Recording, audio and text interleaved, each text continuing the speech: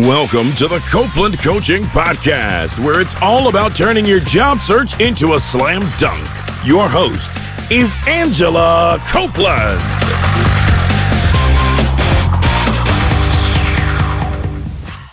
Welcome to the Copeland Coaching Podcast. I'm your host, Angela Copeland. On the phone with me today, I have John Tarnoff in Los Angeles, California. John is a Reinvention career coach who works with baby boomer and late career professionals looking to defy ageism, ignore retirement, and pivot to a new job or new business as a second act or encore career. He is the author of Boomer Reinvention, How to Create Your Dream Job Over 40. He also gave a TEDx Talk titled The Kids Are Still All Right. John, thanks for joining me today. Well, I'm so excited. I mentioned before we got started, I think this topic is going to be incredibly relevant to our listeners, and so I'm super excited about it. So from your perspective, what has happened that's actually impacting baby boomers in a negative way in terms of their jobs? Well, there are three factors. I kind of grudgingly like to call this the boomer trifecta, or anyone. I mean, and really, this just no longer applies to boomers because Gen Xers are now, the oldest Gen Xers are over 50. So this really applies to anyone today who is moving into their late career. And the three problems are this. One is longevity. We're all living and going to be living even longer, certainly than our parents did, and the advances are so rapid. I mean, according to the Census Bureau, if you hit 65 today, you have a 25% chance of living past 90. Ooh. And the longer you live, the longer you're going to live. So that's one factor. So we've got a lot more time on our hands. The second factor is low savings.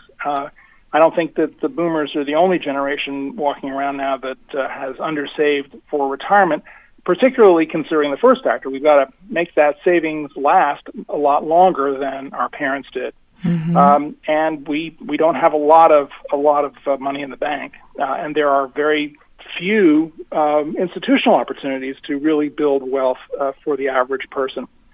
And then the third problem really is job discrimination. On the one hand, you can look at it and say, well, there are insufficient jobs for older workers, but at the same time, there's a tremendous amount of ageism, and there's a real disconnect between our understanding of what older workers can do and our appreciation of keeping them in the job force and what they represent. Mm-hmm, mm-hmm. I think you're right. I really like the point that you made about savings and money.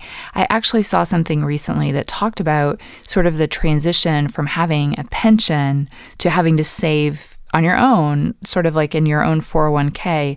And what I was reading mentioned that Generation X in particular is very undersaved, I guess you could say, because we had to proactively do it. And a lot of companies saw that, and they're starting to automatically enroll millennials in savings plans, which is kind of helping to correct the issue. But that's really interesting. Yeah. I mean, everyone, we all need a lot of help. And thinking about all of the generations who are now in the workforce, the problem that certainly Gen X has to a degree and millennials to a staggering degree is school debt. So, this is something that the boomers didn't have, and I'm a big kind of promoter of cross-generational, multi-generational support. So, I believe that contrary to the views that a lot of boomers have about millennials, I think the millennials are a sensational generation and have a lot on their plate to handle that makes their lives quite a bit more challenging than professionally than what we had when we were coming up. Oh, I totally agree. I think it's a very complex issue. Well, so as we're going through this change, it's incredibly painful. It's difficult. Why do you think that is? Why is it so difficult for us, and kind of what can we do to cope? Right. Well, I think we're in the midst of a kind of a social, cultural revolution in terms of our attitudes about life and about life stages. I think certainly when my generation was coming up, and perhaps to a certain extent your generation, the paradigm was you get a good education, you get a good job and you're entitled to a good career because you have a good education. And if you kind of, fly right and keep your nose clean, that entitles you to essentially work for 40 years and then you get to retire. Mm-hmm. And as we know, that is gone. That whole idea is gone. So there's a shift I think we all have to make towards a very different sense of what the life stages are. And the first thing is that education is lifelong, right? You can't coast on your degree or your diploma through life. You have to constantly be re-educating and continuing to educate and to build skills and build awareness and stay up to date. So the first stage is not so much about education to me, it's about self-awareness. Mm-hmm. You have to know who you are, what you like to do, what you want to do, what's going to sustain you, what's going to really fulfill your sense of values and purpose. And I think the millennials are actually doing a pretty good job at making that job one. Mm-hmm. And then instead of this idea of the career where you're kind of punching in and showing up for work every day, you really have to challenge yourself to be generating value. So it's this generative period of your life. I don't know if you're familiar with the psychologist Eric Erikson, but he talks Mm-hmm. about this period of generativity, usually kind of in middle age, where you're really kind of at the top of your game, you know what you're about, you're kind of delivering great value across every aspect of your life. And that really is the challenge for all of us, kind of getting right out of the blocks and sustaining our careers. And then the third stage is not retirement anymore. The third stage, I believe, is giving back. It's about service. It's about taking everything that you've learned and you've done over your career, your lifespan, this generativity period, and giving it back, Mm-hmm. and spending the rest of your life, imparting the wisdom and the value that you've learned to the next generation. Mm-hmm.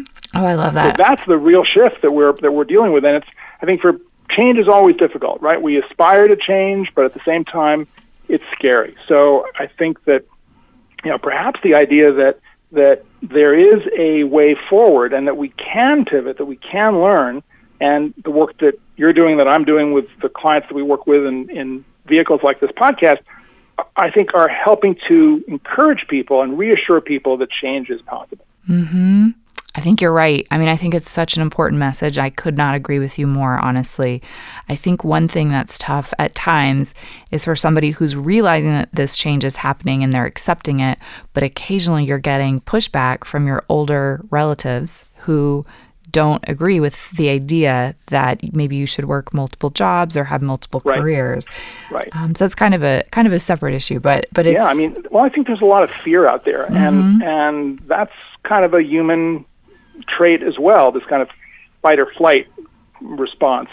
And I think you just gotta be strong, you gotta do your research, you gotta present your case, and you have to believe in yourself at the end of the day, and be able to understand and communicate the idea that times have changed. Mm-hmm. And as much as it would be great to go back to the way things were, and I don't want to get into a political conversation, but I think we have to be future focused. Right. That's just where it's at. I watched your TEDx talk and it was excellent. And you joked about sort of making a career over or making it into a lifestyle, like transitioning different jobs. Right. Reinvention, that's a lifestyle, yeah. Yeah. I think you said that you'd had 18 jobs, and I was looking through. Right. You've worked with like some really incredible companies like MGM, Orion Pictures, Columbia Pictures, DreamWorks Animation. And you mentioned in your talk that you really struggled to see this as a positive thing until somebody else pointed it out to you. And I'm curious kind of what happened that sort of changed your perspective. Well, I joke in that talk about the fact that in doing the math on my 18 jobs and 35 years in the entertainment business, that I was fired 39% of the time. Mm-hmm. And I joke about that. It always gets a laugh because who does that, right? Who calculates the amount of time you've been fired in your life? I mean, It's something that we think about as being shameful. And my kind of self-mission and part of the larger mission is to really turn that idea around, that getting fired today is not shameful. It really is not necessarily about your performance or about who you are as a person.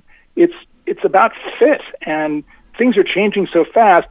If you think that getting fired is a traumatic experience, and it is up there with death and divorce. But you also have to look at it from the corporate perspective. Companies are fighting for their lives. They are being disrupted out of business. The economy is in turmoil in many, many ways, and the most secure brand names are in danger of going out of business. So if you look at the Dow companies today on the stock exchange, they're very different companies from the companies that were there 20 years ago, right? So, I think that you have to be able to reframe these limiting beliefs about who you are and what you can do and what your career is about, and be willing to look at the lessons and the positive way of interpreting your history and your experiences. I mean, at the end of the day, what choice do you have if you're going to keep going, but to figure out how to positively assess it and learn the lesson that's going to help you go forward, as opposed to continuing to complain or bemoan your fate. That's not getting you anywhere. Absolutely. Well, you work with clients, I know, on this exact issue. How long does it take us usually to kind of move through that emotional piece? Is it a few months, a few years? Like, what seems normal to you in terms of how long it takes? It really depends on the individual, and I think that, unfortunately for many people who've been in jobs for 10 or more years, have such an identity with the job that they worked in, the company, the mission, and particularly the people and the social aspects of the work, that it becomes a devastating loss. I mean, very, very much like a death or a divorce, where you really feel alone, you feel rudderless, you don't know what you're doing or where you're going when you wake up in the morning. So, it really does differ from client to client, and it could be a period of 3 months, it could be a period of 6 months, a year.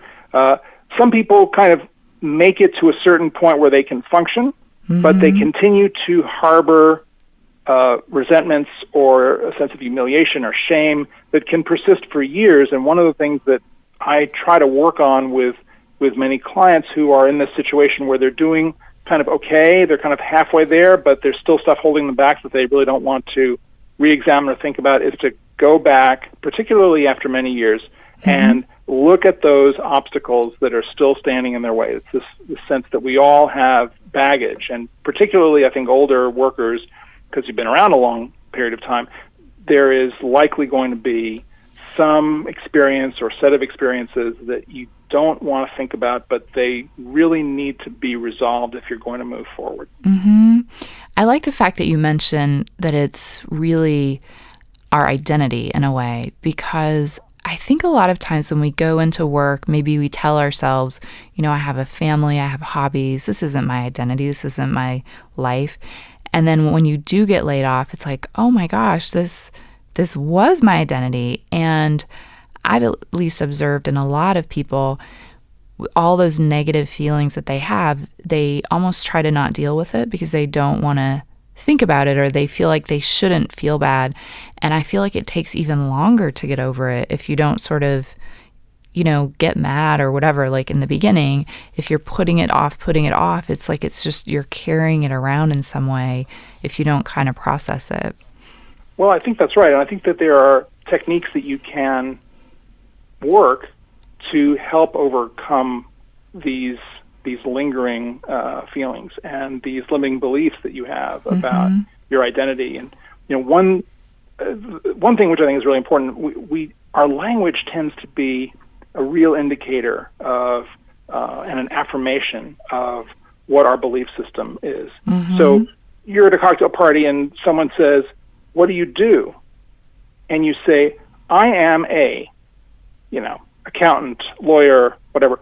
You're not saying "I work as," you're saying "I am." So those subtle language habits that we have reinforce this identity problem that we face. And the minute I think we start to understand how we are the agents of our own imprisonment in that limiting belief, it becomes easier to detach from it and to go, oh, okay, so I have a choice here. Mm-hmm. I have a choice between characterizing myself as that job and understanding that I just worked at that job. Mm-hmm.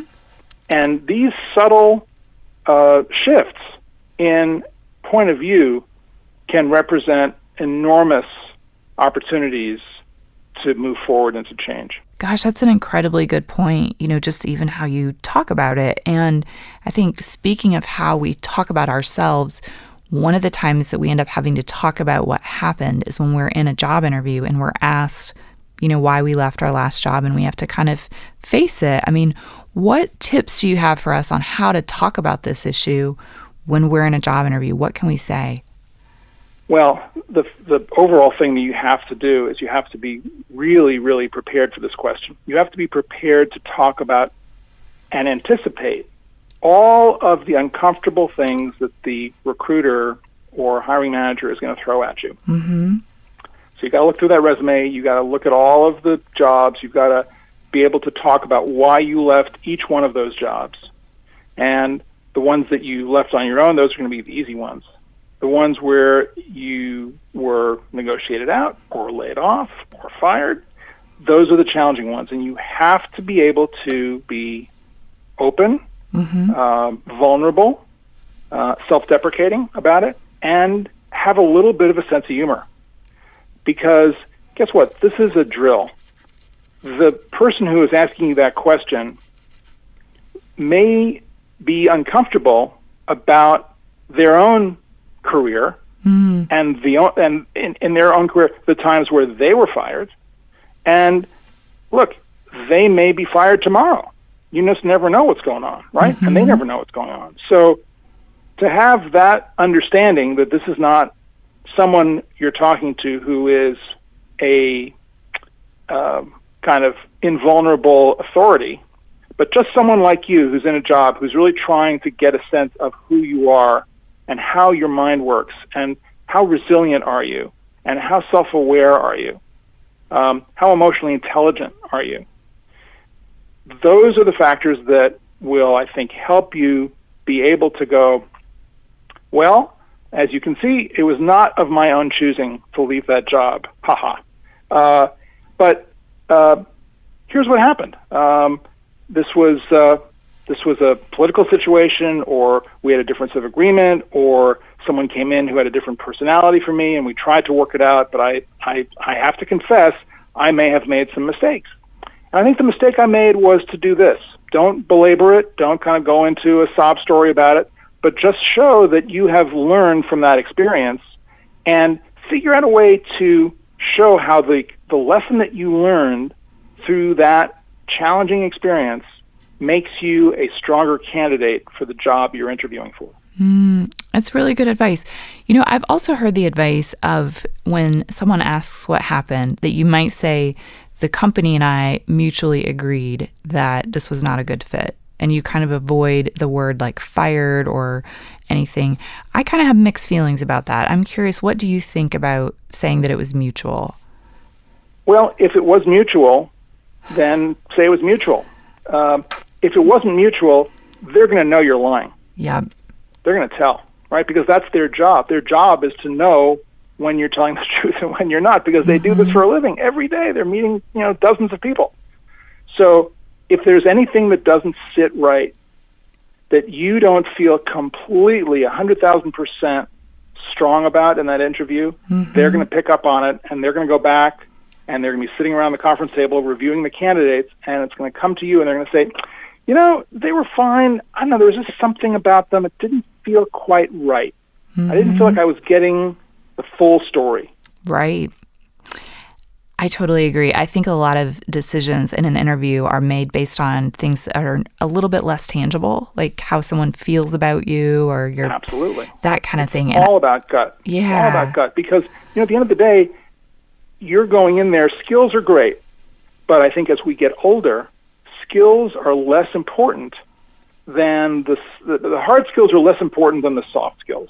Because the soft skills, and that goes to leadership as well, are what makes us want to go into work with someone in the day, That's right? And we are working in so much more of a team-oriented environment where teams have so much more autonomy and independence to work together, where they are jointly responsible for the outcome of the projects that they're working on, that if you're not a good fit for that team, you may have absolutely the best skill set ever, but they're not going to hire you because they don't want to work with you every day. Mm-hmm. They would rather find someone who may not have the skills, and maybe they can teach them the skills, or they believe that you have the wherewithal to jump in and apply yourself and learn the skills, but they really want to work with you because you're a leader, you're self-aware, again, emotionally intelligent, you've got a sense of humor about yourself, you've got a ability to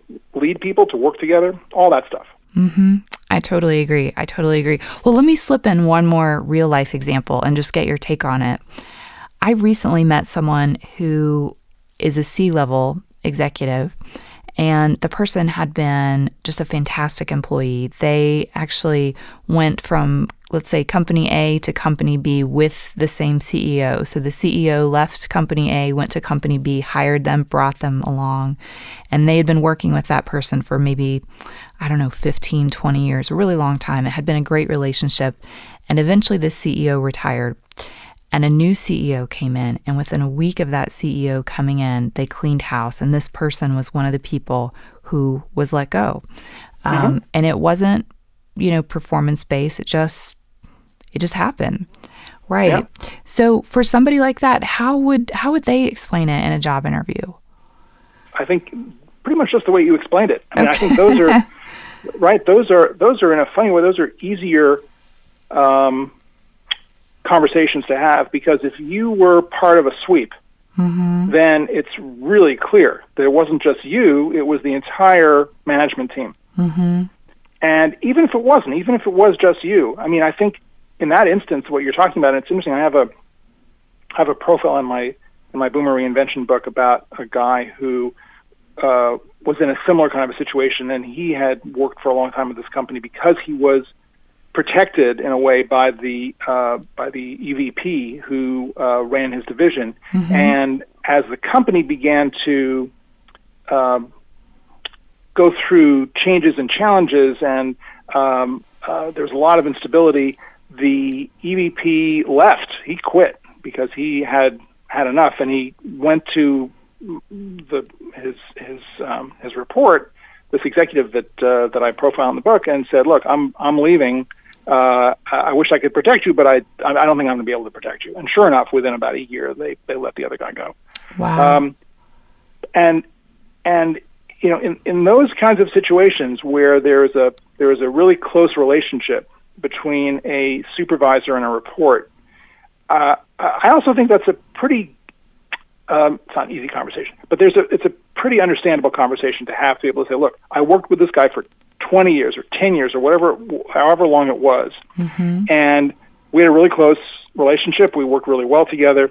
The new team came in, had a very different management approach, and talk about it in a sentence, what they did versus what we did, And so it was clear to me that we were not a good fit for one another. And I think they probably felt that from a loyalty perspective, that I would want to try to continue to implement a lot of the policies and ideas and philosophies of the guy who was fired. So it kind of makes sense that they would let me go. I love that. It's so clear. And and the bonus is, and here are the philosophies that I really believe in, that I think can be of value to your company. Right? So you turn it around and take what was possibly perceived as a negative or a question mark or some red flag, and say, no, that was actually it's actually to your advantage that I'm sitting here. It's a good thing that they fired me, because now you're going to get to pick me up, and we're going to get to do great work together. Ooh, I like that. Right? That's a great way to turn it around. So much of this, and you had asked me this, before we got on the call, about what's the first step to turning your career around. And it is, as we've talked about a lot in this conversation, all about reframing. The idea that you take a situation that you think is a negative situation and you figure out a way to turn it around. And it's not about embellishing it. It's not about, BSing. It's really about drilling down to the essence of what that is about, that situation. And from your own heart and soul, coming up with the strength that's inside you to reframe it into a positive. Mm-hmm. Absolutely. I like that a lot. Well, so let's switch gears a little bit. I want to touch on something else that you mentioned both in your TED Talk and in your book, which I really love. I completely agree with. You said your resume won't get you hired. Right. So, right. Well, yeah. Mm-hmm. I mean, welcome to the electronic world, right? Mm-hmm, mm-hmm. So, and I think this is, well, look, here's the deal.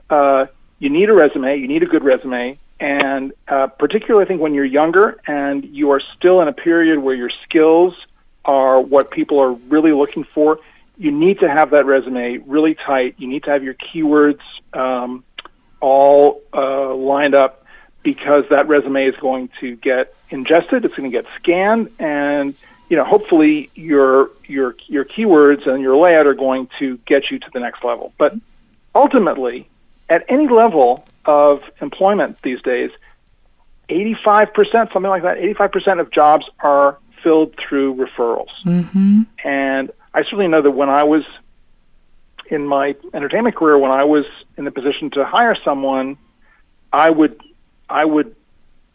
seldom expect that I was going to fill that job through HR, through posting the job and getting resumes. Mm-hmm. I would always pick up the phone and say, look, we have an opening. Who have you got? Who do you know? And I would always network to the candidates that my network felt were the most trusted and appropriate for that position. Mm-hmm. And I would say, probably in the same ratio, about 80% of the time, I would hire from that pool. So the strategy is you want to be in that network that's going to refer you, so that the phone call comes to you, as opposed to you having to knock down the door and get through all of those obstacles and those anonymous email addresses that you're submitting to find a person at the end of the phone who's actually the recruiter or the hiring manager for that position. That's hard work, and that's difficult work, and that requires a lot of cold calling fortitude to be able to knock down those doors. Mm-hmm. Much better to develop the relationships. Oh, absolutely. I think the thing that doesn't help us in this whole situation is that the HR team of a lot of companies give a message to job seekers, which is apply online. If you're a good fit, we'll call you. Right. And somehow, right, we've learned to kind of believe that in a way. And, I meet job seekers often who have applied to 100 jobs online, and they just can't figure out what they're doing wrong. Don't get a call back. Right. And it's... Right. Well, they're not doing anything wrong. They're doing everything right. It's a numbers game. That's the problem. The problem is that their resume is either being scanned and rejected, and it's hard to know what are the criteria that they're using to scan and reject that resume, because you can't talk to anyone. And then if it gets through to the next level, who's looking at the resume? Is it the hiring manager? No. Is it the recruiter themselves? Probably not. It's probably an assistant, or worse, an intern, right? Who is given that terribly mind-numbing task of sifting through 150 resumes to come up with 10 candidates. Mm-hmm.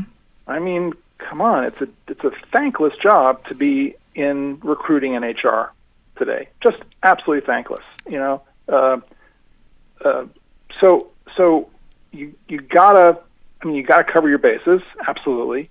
But I would not believe in the possibility of success from that. I would really spend most of your time concentrating on the companies you want to work with, the people that you could meet at those companies, the relationships that you can build in your network with people who are doing what you're doing what you would like to be doing, and getting yourself referred. Mm-hmm. I think that's great advice. Well, so as we're looking and maybe we're getting these referrals and we're getting in for interviews, one thing, I was actually talking to someone yesterday who had this issue. early in her career, she was very, very successful. And now she's looking, at different types of jobs. She's looking to reinvent herself. And she's getting a lot of feedback that she's just overqualified. And she's having a hard time moving through the process because of that, being overqualified. What can we do if we receive this feedback on kind of a regular basis that we're overqualified?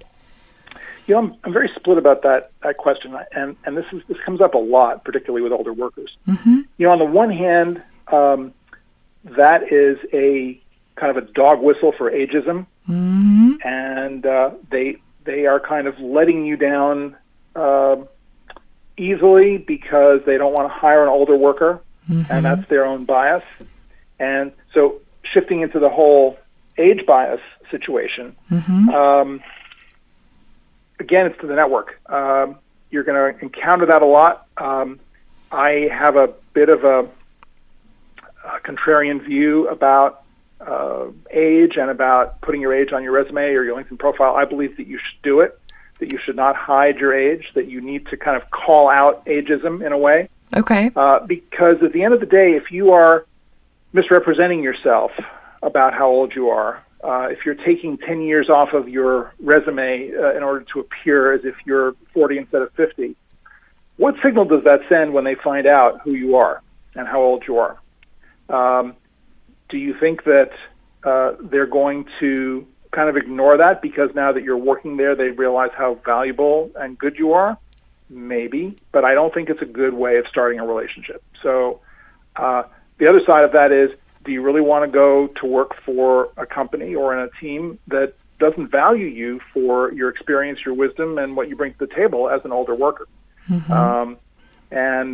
So that's one whole side of it. The other side of the coin about the overqualified question is you actually may be overqualified. You may be applying to jobs that are more junior than your capability. Mm-hmm. And I see this a lot. I worked with a client for a long time who was kind of addicted to job boards, and he was applying to, this is a guy with 15 to 20 years of a very, intense technical and managerial experience. He had an MBA and an engineering degree, and he was applying to kind of product marketing positions that were looking for 5 to 8 years experience. And I said, really? I mean, wow. Do you think you're going to enjoy that job? He said, well, maybe I could grow with it. And I said, no. Oh, wow. No one's going to hire you for those jobs because they're going to look at your background and they're going to go, oh my God, why would I hire this guy for this job? So, it becomes more challenging as you get older because those jobs are fewer and farther between. And guess what? Back to the 85% question, a lot of times the jobs that you are going to want as an older, more experienced worker are jobs that are not posted. Mm. These are jobs where they're sitting around in the conference room going, wouldn't it be great if we could find someone with this mix of skills who could help us solve this problem? It's like, should we post it? Nah, you can't post it for a job like this. Who do we know? Mm-hmm. Right? So be the person who knows the person that those guys know, right? And so that you're one phone call away from an interview, and you go in and they say, oh my God, you're the guy, you're the woman, you're going to be able to help us solve this problem. Oh, where have you been all our lives? Mm-hmm. So it is, yes. So you can be overqualified. And I think for the person that you're talking about, this woman, I would advise her to think more entrepreneurially about what it is that she wants to deliver. What's the value, the product, as it were, that she wants to deliver, and start marketing herself from that perspective to find the client. Mm-hmm. I like to say that in any position, and I say this to my grad students as well as to my boomer clients, today you don't want to think of yourself as an employee taking directions from a supervisor. You want to think of yourself as a consultant providing value to a client. I love that. Right? No matter what you do, whether you're a 1099 mm-hmm. contractor or a W-2 employee, it's the same deal. And your resume and your LinkedIn particularly should reflect that. So if you have a period of a gap, right, between jobs, what do you do with that gap? Well, you put yourself as a consultant. because in trying to get that next gig, you are representing yourself as someone who's delivering a particular product or service. And you may get some clients, you may get some gigs along the way, and then someone hires you in-house. But it's all about that value and that brand that you're representing and that product and service and value that you're providing. Do you find that many of your baby boomer clients are switching from full-time opportunities to more of like a consulting contract kind of opportunity as they go through this process? Yeah, I am. I would say it's about, it's probably about 50 to 60%, I would say. And I think that, for some of them it's a bridge, which is fine. And I think that the good news is that the economy is beginning to appreciate the fact that older employees are not done, and don't need to be kind of shunted off into this kind of retirement back room, wherever that is, they don't want to think about, that there actually is value in keeping people on board. And there's more and more stories about this and about how firms are loosening up these rules and keeping people on part-time while they bridge to something else and encouraging people to find new ways of providing value. Totally. Well, so I'm curious, if you had to describe the one big mistake that we're making when we try to reinvent ourselves, what is it? Well, I think, the first thing that I say to older workers is watch your attitude, because I think there is a certain defensiveness that many people have, and I understand it. It's a challenging, kind of scary situation out there, and some people will tend to kind of shrink up a little bit and go, well, I've been working for 30 years, and I shouldn't have to sell myself, or why should I have to interview with a 30-year-old recruiter? Attitudes like this, where they feel like they're kind of under scrutiny and being kind of dissected when they feel entitled to greater respect. And I think that holds a lot of people back. And in fact, I think we need to approach this from a beginner's mind and recognize a lot of the stuff that we've been talking about in this conversation about how work works today and how employment works, and also to reframe that sense of who we are, what we can do, and open up a little bit, lighten up a little bit, really kind of reach across the desk to try to build a relationship with someone and to try to find affinity. And so that, I think, is the icebreaker, really, that I would recommend people start with. Is just think about your attitude. Think about how open and willing to be an older person in what may be a younger environment, and think about where would you want to fit into that space. And also to remember the phrase which we had in the 60s growing up, which was "Don't trust anyone over 30." Right? That was the ageism that my generation had about older people. And so now that we're in that position, big time, we don't want to be ageist, right? We don't want to kind of be reverse ageist, and we want to not be those people that we were railing against back then, who were kind of closed off and told us to cut our hair and didn't like our clothes and all that stuff. In terms of attitude, it makes me think of really treating that hiring manager or that HR person like they're the customer. And again, Absolutely. In that entrepreneurial perspective, that you're there to sell your services, and really treating them with respect as the customer and as you would want to be when you're the customer. Absolutely. And also to be enthusiastic about what you are there to offer, and to not have a sense of attachment to the job, to the outcome, right? And I think this is true at any level of interviewing. And I'll just tell you one story that I always think about that really impressed me. Many, many years ago, I was at a party one night. I was talking to a young woman who was an actress, and I'm not sure if I was trying to pick her up or not, but whatever. we had this great conversation. She was really enthusiastic about the work that she was doing, and I said to her, "Look, I work with actors a lot, but I've never really gotten a good answer to this question. How do you deal with the rejection from all the auditions that you go on? Because you're going on 2, 3, 4 auditions a day, and how many jobs do you get?" And she said, it's a really good question. She said, "I used to feel really dejected at the end of the day, and I felt exhausted from the rejection. I took it personally.